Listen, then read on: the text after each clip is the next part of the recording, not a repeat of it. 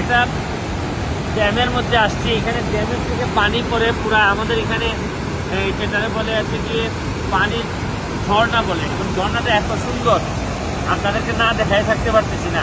এটা নিউ ইয়র্কের মধ্যে পড়ছে, এটা না হচ্ছে ক্রটন জর্জ পার্কে আমরা এখন আছি। আর পার্কের উপরে হচ্ছে ড্যামটার সাউন্ড শুনতে পাচ্ছেন কিনা, এবং এটার সাইজ এত সুন্দর।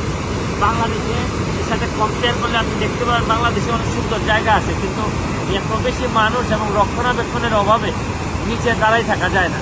কিন্তু এখানে এরা করছে কি, মানুষ অনেক লিমিটেড। আপনি পুরাটা দেখেন, এই যে আজকের মতো এটা উইকেন্ডেও কিন্তু অত বেশি মানুষ নাই, খুব হাতে গোনা 2, 3, 4 জন বা 10 জন এরকম মানুষই আছে।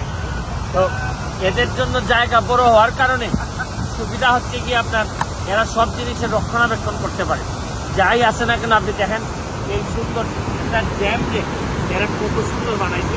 আমাদেরও কিন্তু সুযোগ আছে, আমরা চাইলে অনেক কিছু করতে পারি, কিন্তু আমাদের হয়তো সবসময় করে হওয়া ওঠে না, কারণ আমাদের নেতৃত্বের দুর্বলতা, আমাদের প্ল্যানিংয়ের দুর্বলতা, আমাদের ইমপ্লিমেন্টেশনের সমস্যা, আমাদের মাস্টার প্ল্যান নাই। আমরা শুধু ইমিডিয়েট প্ল্যান নিয়ে কাজ করি।